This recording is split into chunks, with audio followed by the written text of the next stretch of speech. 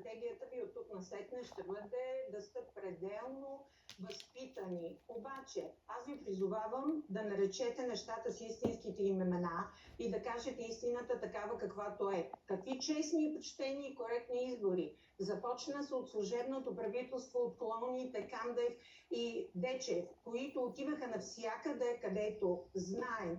Има активисти, където има избиратели в по-голямата си част на ГЕРБ и ДПС, но никога на другите партии. А изборният туризъм на 19 април, а всичките нарушения, а социологическите манипулации, това, че даваха до 5 часа един резултат и след 17 го качиха 3 пъти разликата между вас и първия. Как може да наречете това коректни избори?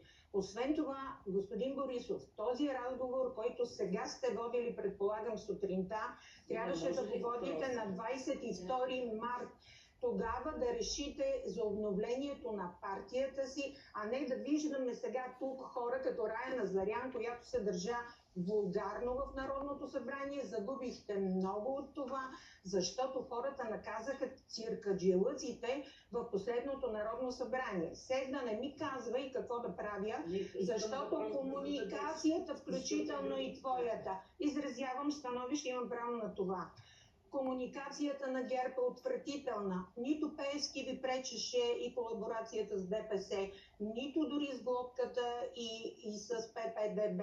Вие просто никога не можете да обясните на хората какво правите, защо го правите. Залитането към Урсулите и към Брюксел, това толкова прекалено мило отношение към Зеленски, подчертавам, не към страдащия украински народ, ви докара до там Радев да стане спасителя, единствения.